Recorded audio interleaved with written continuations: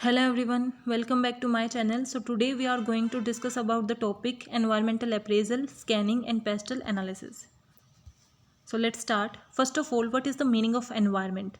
अगर हम environment की बात करें तो environment होता क्या है? Environment literally means the surrounding external objects and influences or circumstances under which someone or something exist. कि जो भी आपके अराउंड है, आपके आसपास जो भी चीज़ें हैं, चाहे वो कोई ऑब्जेक्ट हो, चाहे वो सराउंडिंग हो या फिर कोई सर्कमस्टांसेस हो, उसी को हम क्या बोलते हैं? एनवायरनमेंट बोलते हैं. कई बार हम इस वर्ड का यूज़ भी करते हैं कि हमें वो एनवायरनमेंट काफ़ी अच्छा लगा, जब हमने उस प्लेस पे विज़िट किया तो वहाँ का एनवायरनमेंट काफ़ी अच्छा था. तो इससे क्या मतलब होता है कि इसका मतलब वहाँ की सराउंडिंग, वहाँ के ऑब्जेक्ट्स और सर्कमस्टांसेस आपको काफ़ी अच्छे लगे.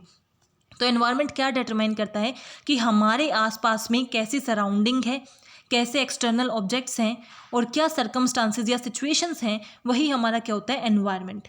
The environment of any organisation. यहाँ जिस एनवायरनमेंट की हम बात कर रहे हैं वो कौन सा ऑर्गेनाइजेशन का एनवायरनमेंट है, यानी कि वो कौन सा ऑर्गेनाइजेशन का एनवायरनमेंट है जो उसे अफेक्ट करता है. ऐसा एनवायरनमेंट जो ऑर्गेनाइजेशन को अफेक्ट करता है. The environment of any organization is the aggregate of all condition, events and influences that surrounds and affect its working. कि एक ऑर्गेनाइजेशन का एनवायरनमेंट कौन सा होता है जो उन फैक्टर्स को कंसिडर करता है, जो उस सराउंडिंग को कंसिडर करता है, ऐसे सर्कमस्टांसेस को कंसिडर करता है जो एनवायरनमेंट की फैक्टर्स हैं वो ऑर्गेनाइजेशन की वर्किंग को अफेक्ट करेंगे. एक ऑर्गेनाइजेशन क्या है? एक बिजनेस है. उस बिजनेस के काम को, वर्किंग को अफेक्ट करने वाले फोर्सेस को ही हम क्या बोलते हैं? बिजनेस या फिर ऑर्गेनाइजेशन एनवायरनमेंट. तो ऑर्गेनाइजेशन एनवायरनमेंट क्या है? एग्रीगेट है. एग्रीगेट का मतलब क्या है? वो हर उस चीज़ को इंक्लूड करता है जो या तो इंटरनल या फिर एक्सटर्नल एनवायरनमेंट में एग्जिस्ट करती है और हमारी जो ऑर्गेनाइजेशन है उसे अफेक्ट कर सकती है. नाउ कैरेक्टरिस्टिक्स ऑफ एनवायरनमेंट की एनवायरनमेंट की क्या क्या कैरेक्टरिस्टिक्स होती हैं? So the basic 6 characteristics of environment is complex. कि एनवायरनमेंट को अंडरस्टैंड करना इतना ईजी कॉन्सेप्ट नहीं है जितना हम बोल रहे हैं. बिकॉज एनवायरनमेंट क्या है? कॉम्प्लेक्स है. कॉम्प्लेक्स क्यों है? बिकॉज वो अनसर्टेन है. आप प्रिडिक्ट नहीं कर सकते किसी भी चीज़ के बारे में. प्रिडिक्शन क्या होते हैं? कि अंदाजा लगाना कि क्या चीज़ कितनी होगी. बट एनवायरनमेंट क्या है? कॉम्प्लेक्स है क्योंकि वो अनसर्टेन है.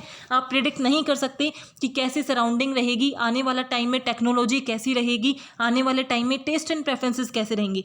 आज लोगों को स्मार्टफोन पसंद हैं, कल पसंद होंगे या नहीं होंगे. आज वो एप्पल या सैमसंग को पसंद कर रहे हैं, कल वो पसंद करेंगे या नहीं. इस चीज़ को आप डिटरमाइन नहीं कर सकते, प्रिडिक्ट नहीं कर सकते. इसलिए एनवायरनमेंट क्या है? कॉम्प्लेक्स है, यानी कि डिफिकल्ट है, जिसे इतना ईजिली स्टडी नहीं किया जा सकता. Environment is dynamic. डायनेमिक यानी कि इट्स कीप ऑन चेंजिंग. ये स्टेबल नहीं है, स्टैटिक नहीं है कि जैसा आज है हमेशा वैसी ही रहेगी. ऐसा नहीं होता, लगातार उसमें चेंज होते रहते हैं. और चेंजेस क्यों होते हैं? क्योंकि टेक्नोलॉजी में चेंज होता है, लोगों की परसेप्शन में चेंज होता है, उनके टेस्ट एंड प्रेफरेंसेस में चेंज होता है, डिमांड में चेंज होता है, लॉज एंड रेगुलेशंस में चेंज होता है. सो इन सब चेंजेस के रिगार्डिंग ही हमारी क्या होती है? एनवायरनमेंट वर्क करती है. बिकॉज इन्हीं सब चीज़ों से मिलके ही तो एनवायरनमेंट बनती है. सो एनवायरनमेंट क्या है? डायनेमिक है. Environment is multi faceted. इसका मतलब क्या है कि एनवायरनमेंट का एक फेस नहीं होता, मल्टीपल फेज होते हैं. एक ऑर्गेनाइजेशन के लिए एनवायरनमेंट फेवरेबल हो सकती है, उसी पॉइंट ऑफ टाइम पे दूसरी ऑर्गेनाइजेशन के लिए वो अनफेवरेबल हो सकती है. जैसे हम एग्जांपल लें कि स्मार्टफोन्स का आना, जो ऑर्गेनाइजेशंस उस टाइम पे स्मार्टफोन पे वर्क कर रही थी, ऐसे टेक्नोलॉजी पे वर्क कर रही थी, ये एनवायरनमेंट फेवरेबल था. बट जो हमारे कीपैड मोबाइल फ़ोन बना रहे थे उनके लिए ये क्या था? अनफेवरेबल था, एक थ्रेट था. तो एनवायरनमेंट क्या होती है? मल्टी फेसेटेड होती है. इसका मतलब एक ही टाइम पे उसके नंबर ऑफ फेसेस होते हैं. एक ऑर्गेनाइजेशन के लिए वो फेवरेबल हो सकती है, उसी टाइम पे दूसरी ऑर्गेनाइजेशन के लिए वो अनफेवरेबल हो सकती है. Environment has a far reaching impact. कि एनवायरनमेंट का ऐसा नहीं है कि एक छोटा मोटा इम्पैक्ट है, हम नहीं कंसिडर करेंगे और अपना काम करते रहेंगे, तो ऐसा नहीं हो सकता. एनवायरनमेंट का इम्पैक्ट ऑर्गेनाइजेशन के ऊपर बहुत लॉन्ग टर्म के लिए रहता है, बहुत लंबे टाइम के लिए पड़ता है. जैसे स्मार्टफोन्स का आना एक टेक्नोलॉजिकल एनवायरनमेंट था, जो एनवायरनमेंट का ही एक पार्ट होता है. सो जिन भी ऑर्गेनाइजेशन ने स्मार्टफोन को अडॉप्ट नहीं किया, आज वो सर्वाइव ही नहीं कर रही, आज वो आउट ऑफ द मार्केट है. तो इसका मतलब क्या है कि एनवायरनमेंट का इम्पैक्ट लार्ज टाइम के लिए होता है, लॉन्ग टाइम के लिए होता है, लार्ज इम्पैक्ट होता है. सो एनवायरनमेंट को कंसिडर करना बहुत क्रूशियल है. Internal and external forces. के एनवायरनमेंट के अंदर क्या होते हैं? इंटरनल फोर्सेज होते हैं एंड एक्सटर्नल फोर्सेज होते हैं. इंटरनल फोर्सेज क्या हैं? जो विद इन द ऑर्गेनाइजेशन आपको अफेक्ट कर रहे हैं, and external forces that is outside the organisation. Interdependent, कि जो हमारी एनवायरनमेंट है ना वो एक दूसरे के ऊपर डिपेंड करती हैं। जैसे अगर हम बेसिक बात करें, टेक्नोलॉजिकल एनवायरनमेंट है, लीगल एनवायरनमेंट है, पॉलिटिकल एनवायरनमेंट है, ये सारी एनवायरनमेंट एक दूसरे के ऊपर डिपेंड करती हैं।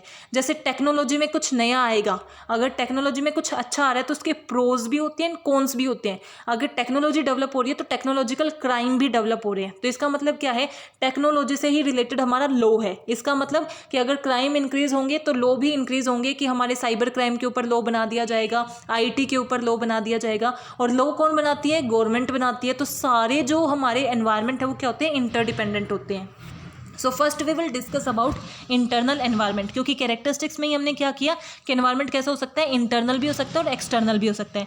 तो इंटरनल एनवायरनमेंट क्या है, जो डिटरमाइन करता है आपके विद इन द ऑर्गेनाइजेशन कौन से फैक्टर्स हैं जो आपको अफेक्ट करते हैं। विद इन द ऑर्गेनाइजेशन यानी कि आपकी ऑर्गेनाइजेशन की बाउंड्री के अंदर कितने और कौन से ऐसे फैक्टर हैं जो आपको अफेक्ट करते हैं। तो वो कौन कौन से होते हैं, ऑर्गेनाइजेशन पॉलिसी एंड प्रोसीजर, कि आपकी ऑर्गेनाइजेशन की क्या पॉलिसी है, क्या प्रोसीजर है। पॉलिसी क्या होती है, जो जर्नल स्टेटमेंट होती है जो हर पर्सन को ऑर्गेनाइजेशन के अंदर फॉलो करनी होती है। प्रोसीजर क्या है, एक सीक्वेंस जो आप फॉलो करोगे, कि एक मेथड है किस तरीके से आप काम करोगी। सो आपकी पॉलिसी और प्रोसीजर आपको अफेक्ट कर सकती है। अगर आपकी पॉलिसी एंड प्रोसीजर्स अच्छे हैं तो वो आपको फेवरेबली इंपैक्ट करेंगे। अगर वो अनक्लियर हैं, जिसको हम क्लैरिटी से अंडरस्टैंड ही नहीं कर सकते, तो वो अनफेवरेबली आपको इंपैक्ट डालेंगे। Rules and regulation of organisation, कि आपके ऑर्गेनाइजेशन का कोड ऑफ कंडक्ट क्या है, कौन से रूल्स एंड रेगुलेशंस वहाँ फॉलो किए जाते हैं, वो भी आपकी ऑर्गेनाइजेशन को क्या करते हैं, अफेक्ट करते हैं। Human resource of organisation, human resource आपका सबसे इंपॉर्टेंट फैक्टर है जो आपकी एनवायरनमेंट को या फिर जो आपकी ऑर्गेनाइजेशन को अफेक्ट करता है। ऐसा क्यों, बिकॉज सारे फैक्टर्स क्या हैं, पैसिव हैं। मनी पैसिव है, मशीन पैसिव है, कैपिटल पैसिव है, बट ह्यूमन रिसोर्स एक्टिव है। इसी के थ्रू आप ह्यूमन रिसोर्स को यूटिलाइज करते हो, इसी के थ्रू आप पैसिव सोर्सेज को यूटिलाइज करते हो। तो ह्यूमन रिसोर्स कैसी है, कितनी क्वालिटेटिव है, कितनी हार्ड वर्किंग है, कितनी पैशनेट है, वो अफेक्ट करता है आपकी ऑर्गेनाइजेशन को। Climate and culture of organisation, कि आपकी ऑर्गेनाइजेशन का कल्चर क्या है, उसका क्लाइमेट क्या है, किस तरीके से वो काम करती है। कल्चर क्या होता है, कुछ ऐसे नॉर्म्स जो फॉलो किए जाते हैं, कुछ ऐसे एथिक्स और नॉर्म्स जो ऑर्गेनाइजेशन के अंदर फॉलो किए जाएंगे, वो हमारा क्या है, कल्चर। और उस कल्चर के अंदर आप कैसा फील करते हो, वो हमारी ऑर्गेनाइजेशन का क्या होता है, climate.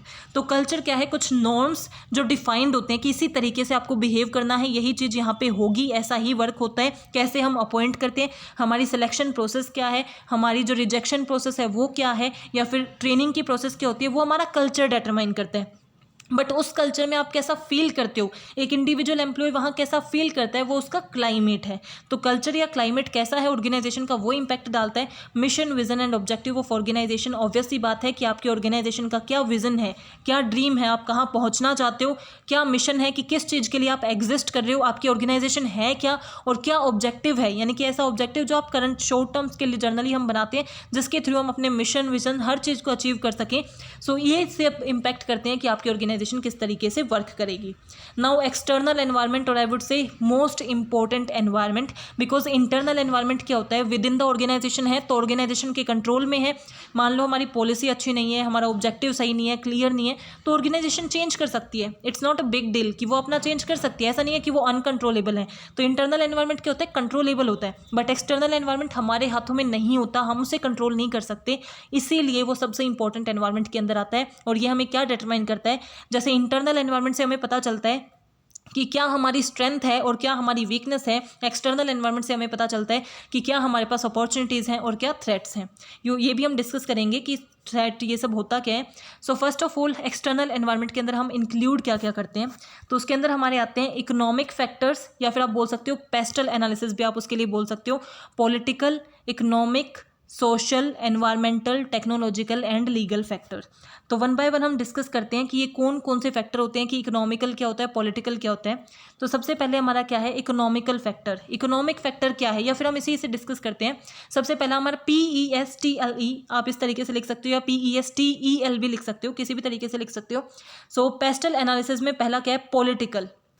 Political environment for sure आपकी जो बिजनेस है उसे अफेक्ट करता है। कैसे? क्योंकि क्या आपकी जो पॉलिटिक्स है, यानी कि कौन सी गवर्नमेंट है, उनकी टैक्स पॉलिसी क्या है, पॉलिटिकल स्टेबिलिटी क्या है, गवर्नमेंट की पॉलिसी क्या है, इसी के अकॉर्डिंग तो आप काम करोगे। मान लो गवर्नमेंट जो है वो अल्कोहलिक प्रोडक्ट के अगेंस्ट है, तो आप अगर कुछ ऐसा बना रहे हो, आप नया बिजनेस लेके आ रहे हो, नई स्ट्रैटेजी फॉर्मुलेट कर रहे हो, जो आप किस चीज़ के रिगार्डिंग कर रहे हो, बिजनेस को अल्कोहलिक टर्म के फॉर्म में कुछ अल्कोहलिक चीज़ें आप लेके आ रहे हो, तो वो आपका बिजनेस वर्क करेगा ही नहीं। क्यों नहीं करेगा? क्योंकि आप गवर्नमेंट पॉलिसीज़ के अगेंस्ट हो। तो पॉलिटिकल एनवायरनमेंट को आपको कंसीडर करना होता है। पॉलिटिकल एनवायरनमेंट के अंदर क्या क्या आता है कि नेचर ऑफ गवर्नमेंट क्या है, टाइप ऑफ गवर्नमेंट क्या है, गवर्नमेंट की पॉलिसी क्या है, गवर्नमेंट की स्टेबिलिटी है या नहीं, उसी बेस पे आप क्या करते हो, अपने बिजनेस को डिज़ाइन करते हो। और ये आपको पता होना चाहिए, जो पेस्टल एनालिसिस है वो सिर्फ बिजनेस के अंदर ही नहीं, जब एक बिजनेस स्ट्रैटेजी बनाता है उस टाइम पे भी बहुत हेल्प करते हैं। क्योंकि स्ट्रैटेजी क्या है, जो एक ऑर्गेनाइजेशन बनाती है, एक ऐसा प्लान, एक ऐसा कोर्स ऑफ एक्शन, ताकि वो क्या कर सके, अपने अल्टीमेट गोल को अचीव कर सके। तो पेस्टल एनालिसिस क्या है, स्ट्रेटजी फॉर्मुलेशन में भी कंसीडर किया जाता है, जो हमने अपनी प्रीवियस वीडियो में भी डिस्कस किया था। जो स्ट्रेटजी फॉर्मुलेशन का स्टेप था उसमें फर्स्ट थिंग ही ये थी कि आपको एनवायरनमेंट को अप्रेज करना पड़ता है। क्योंकि जब तक आप एनवायरनमेंट को समझोगे नहीं, स्ट्रेटजी बनाओगे कैसे? तो हर एनवायरनमेंट को समझ के ही आपको क्या करनी होती है, स्ट्रेटजी फॉर्मुलेट करनी होती है। देन इकोनॉमिकल एनवायरनमेंट, सिंपल सी बात है, जो फाइनेंशियल एस्पेक्ट से रिलेटेड होगा कि कितना इन्फ्लेशन है, कितना रेट है, यानी कि इंटरेस्ट रेट कितना है, एक्सचेंज रेट कितना है, फॉरेन करेंसी और हमारी करेंसी में कितना डिफरेंट है, अनएम्प्लॉयमेंट कितना है, इकोनॉमिक कंडीशन कैसी है, बूम पे है, रिसेशन पे, ये सारी चीज़ें कंसीडर की जाती हैं बिफोर स्टार्टिंग एनीथिंग। आप कोई भी नया बिजनेस लेके आ रहे हो, कोई भी नई स्ट्रेटजी लेके आ रहे हो, हर चीज़ को करने से पहले आपको क्या करना पड़ता है, एनवायरनमेंट की स्टडी करनी पड़ती है, और आपको इकोनॉमिक एनवायरनमेंट की स्टडी करनी पड़ती है कि किस तरीके की कंडीशन है, उसी बेस पे आप क्या करते हो, वर्किंग करते हो।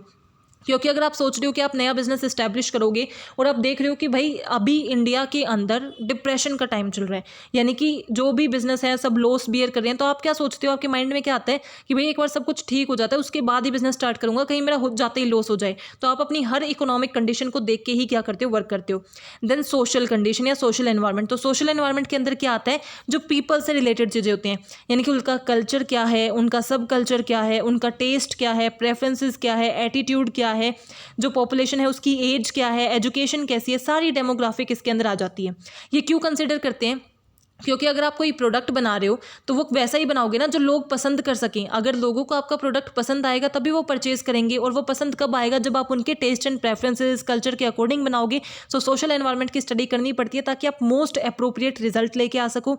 टेक्नोलॉजिकल एनवायरनमेंट, टेक्नोलॉजिकल एनवायरनमेंट क्या होता है, जो इन्वॉल्व करता है टेक्नोलॉजी कैसी है, अभी कौन सी टेक्नोलॉजी वर्क कर रही है। फॉर एग्जांपल, अगर आप किसके अंदर आना चाहते हो, टेलीकॉम के अंदर आना चाहते हो, आप अपना नया बिजनेस लेके आना चाहते हो और आप 2G लेके आओ, तो आपको कौन परचेज करेगा भाई? 2G के लिए कौन जाएगा? आपको देखना पड़ेगा ना करंट उस बिजनेस में कैसी टेक्नोलॉजी है, तो आपकी क्या लेवल ऑफ इनोवेशन है, अभी कौन सी टेक्नोलॉजी है, उसकी कितनी अवेबिलिटी है, क्या कॉस्ट है, ये सब आपको कंसिडर करना होता है।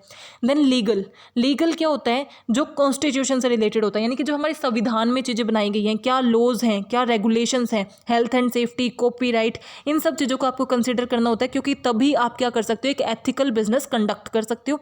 एनवायरमेंटल या फिर इसे नेचुरल भी बोल देते हैं, यानी कि आपको देखना होता है कि वेदर कैसा है, क्लाइमेट कैसा है, एनजीओ प्रेशर, पोल्यूशन कितना कंटेन होता है, सस्टेनेबिलिटी आपको एनवायरमेंट की इंश्योर करनी होती है। क्योंकि सब अब क्या करते हैं, इको फ्रेंडली, सस्टेनेबिलिटी पे फोकस करते हैं, सो दैट वो क्या कर सके, कस्टमर्स को एनकरेज भी कर सके कि भाई हमारी ऑर्गेनाइजेशन ऐसी है जो एनवायरनमेंट के बारे में सोचती है, जिसके थ्रू आपका पॉजिटिव इंपैक्ट पड़ता है, गुडविल क्रिएट होती है। सो आपका पेस्टल एनालिसिस किसके अंदर आता है, एक्सटर्नल एनवायरनमेंट के अंदर। हमने डिस्कस किया था स्वोट एनालिसिस, कब डिस्कस किया था, जब मैंने बताया इंटरनल और एक्सटर्नल एनवायरनमेंट। जब हम इंटरनल एनवायरनमेंट की स्टडी करते हैं तो हमें स्ट्रेंथ एंड वीकनेस का पता चलता है, एक्सटर्नल की स्टडी करते हैं तो अपॉर्चुनिटी और थ्रेट का पता चलता है। तो स्ट्रेंथ होती क्या है, स्ट्रेंथ है इनहेरेंट कैपेसिटी जो एक ऑर्गेनाइजेशन के अंदर है, जिससे वो स्ट्रेटेजिक एडवांटेज पा सकती है, यानी कि कोई ऐसा पॉजिटिव पॉइंट जो एक ऑर्गेनाइजेशन के अंदर शुरू से ही है जिससे वो एडवांटेज पा सकती है, वो उनकी स्ट्रेंथ होती है। जैसे कि गुड रेपुटेशन अमंग कस्टमर, कि जब से वो इस्टेब्लिश हुए हैं उनकी कस्टमर के अंदर बहुत अच्छी रेपुटेशन है, तो वो उनकी स्ट्रेंथ है कि वो कुछ नया लेके आएंगे ना तो भी कस्टमर लॉयल्टी शो करेंगे।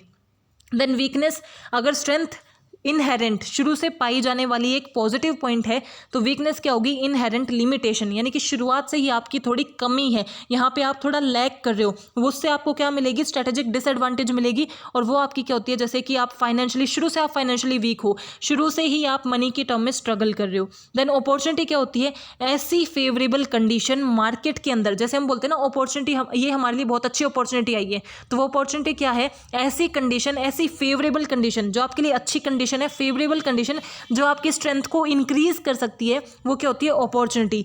जैसे हमने बोला ना कि अगर आप किसी टेक्नोलॉजिकल थिंग पे ही वर्क कर रहे हो, आपके माइंड में था कि आप ऑनलाइन पेमेंट पे वर्क करोगे और आपने देखा कि अपॉर्चुनिटी भी है, लोगों के अंदर डिमांड भी है कि कुछ ऑनलाइन ट्रांजैक्शन का सिस्टम आए, तो वो आपके लिए क्या हो जाएगी, अपॉर्चुनिटी। थ्रेट क्या होगा, कोई ऐसी अनफेवरेबल कंडीशन जो आपके लिए क्या कर सकती है, डैमेज कर सकती है, कि आपने देखा कि लोगों के अंदर डिमांड है और हमसे पहले ही कोई लेके आ गया, तो वो आपके लिए क्या हो गया, थ्रेट। कि आप सोच रहे थे लेके आओ, लेकिन आपने तो सोचा था और किसी ने कर भी दिया, तो वो आपके लिए क्या हो जाता है, थ्रेट, जो आपके लिए क्या करता है, वीकनेस क्रिएट कर देता है। नाउ स्वोट एनालिसिस करने की क्या एडवांटेजेस हैं, स्वोट एनालिसिस क्या है, सिंपल टू यूज़ है कि आप आसानी से अपना स्ट्रेंथ, वीकनेस, अपॉर्चुनिटी, थ्रेट कर सकते हो, जिसके थ्रू आपको बेटर नॉलेज हो जाती है। Flexible can be adopted for varying situation, यानी कि स्वोट एनालिसिस क्या है, ऐसा नहीं है कि एक ही सिचुएशन में आप कर सकते हो, जब आप बैड सिचुएशन पे हो, गुड सिचुएशन पे हो, हर सिचुएशन पे आप स्वोट एनालिसिस कर सकते हो कि कब आपकी क्या स्ट्रेंथ और क्या वीकनेस है, ताकि आपको ये पता चल जाए।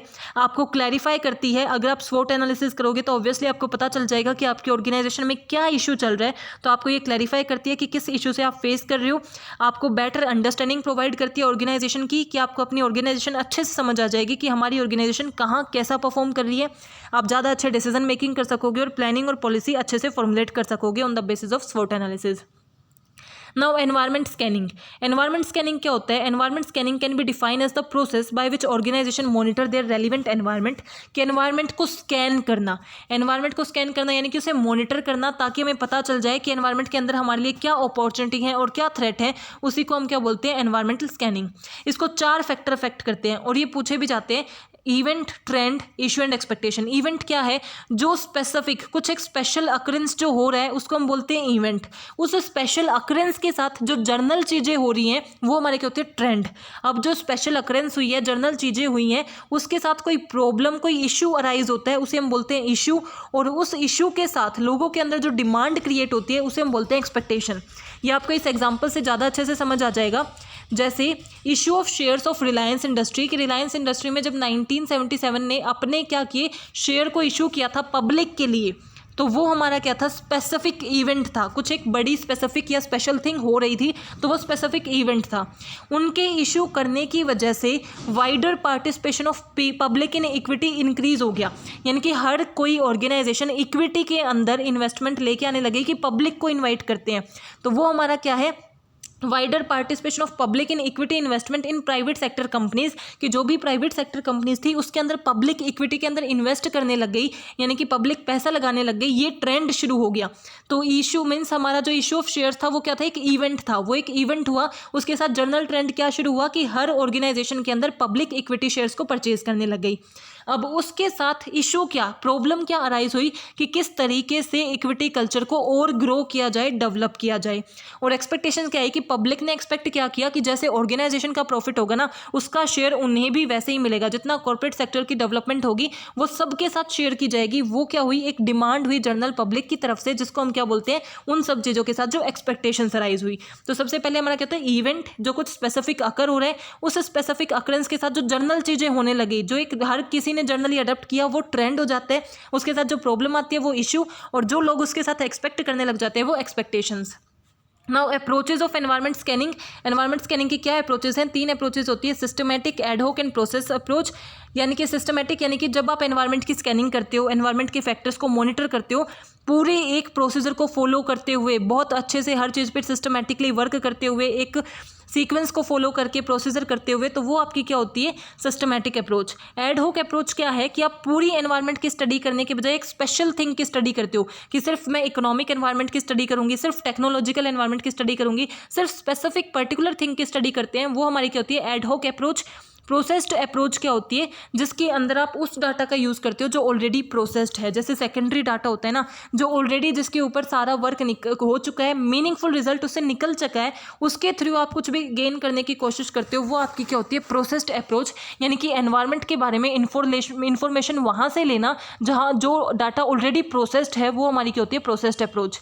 अगर आपको इन्फॉर्मेशन चाहिए तो वो आपको कहाँ से मिल सकती है, सेकेंडरी सोर्सेज, क्योंकि अगर आप एनवायरनमेंट की स्कैनिंग कर रहे हो, एनवायरनमेंट की स्टडी कर रहे हो, तो ऑब्वियसली आपको इन्फॉर्मेशन की रिक्वायरमेंट है। तो इन्फॉर्मेशन कहाँ से मिल सकती है, सेकेंडरी सोर्सेज। सेकेंडरी यानी कि जो हम क्या बोलते हैं, सेकंड हैंड सोर्सेज भी होती हैं, जहाँ ऑलरेडी कलेक्टेड डाटा है, जो प्रोसेस्ड डाटा है। जैसे जो प्रोसेस्ड फॉर्म अप्रोच में भी हमने किया था कि जो ऑलरेडी डाटा है उसका आप यूज़ कर सकते हो, मास मीडिया का आप यूज़ कर सकते हो, टीवी के थ्रू आप ले सकते हो, सोशल मीडिया के थ्रू आप ले सकते हो। Internal sources within the organisation, कोई रिपोर्ट्स हैं, डॉक्यूमेंट्स हैं, उनको आप यूज़ कर सकते हो। कोई फॉर्मल स्टडीज़ किसी और ने परफॉर्म की हैं, उसका डाटा आप यूज़ कर सकते हो। स्पाइंग एंड सर्विलेंस का मतलब क्या है, अभी जो आपके अंदर, आपके ऑर्गेनाइजेशन के अंदर काम कर रहे हैं ऐसे एम्प्लॉयज़ जो पहले आपके कंपटीटर की ऑर्गेनाइजेशन में काम कर रहे थे, उनसे इन्फॉर्मेशन निकालवाना, वो हमारा क्या होता है, ये इसके थ्रू भी आप क्या कर सकते हो, इन्फॉर्मेशन गेन कर सकते हो। Now environment appraisal. Environment appraisal और एनवायरनमेंट जो स्कैनिंग है वो क्वाइट सेम ही है। जैसे स्कैनिंग में हम क्या करते हैं, मॉनिटर करते हैं, और मॉनिटर करने के बाद जब हम उसे इवेल्युएट करते हैं, वो हमारा क्या बन जाता है, एनवायरमेंटल अप्रेजल। तो ये थोड़ा उससे नैरोवर टर्म है। It draw a clear picture of what opportunity and threat are faced by the organisation at a given period of time. जैसे स्कैनिंग क्या करता है, सिर्फ मॉनिटर करता है कि क्या अपॉर्चुनिटी और क्या थ्रेट आ सकते हैं, बट ये हमें क्लियर पिक्चर प्रोवाइड कर देता है उसे इवेल्युएट करके कि कौन सी अपॉर्चुनिटी या थ्रेट है।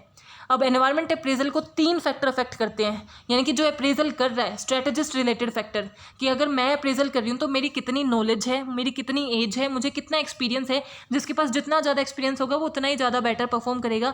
मेरा मोटिवेशन लेवल क्या है, वो सारी चीज़ें एनवायरनमेंट अप्रेजल को अफेक्ट करेंगी। जिस ऑर्गेनाइजेशन के लिए एनवायरनमेंट अप्रेजल हो रहा है, उस ऑर्गेनाइजेशन के भी फैक्टर अफेक्ट करेंगे कि वो किस तरीके की ऑर्गेनाइजेशन है, मैन्युफैक्चरिंग है या सर्विस ऑर्गेनाइजेशन है, कितने सालों से वो ऑर्गेनाइजेशन है, कितनी किस नेचर की है, किस साइज़ की है, वो सब चीज़ें क्या करती है, अफेक्ट करती हैं। अगर उसकी फाइनेंशियल कंडीशन स्ट्रॉन्ग है या वीक, अगर स्ट्रॉन्ग होगी तो वो ज़्यादा पैसा अप्रेजल पे लगा पाएगी।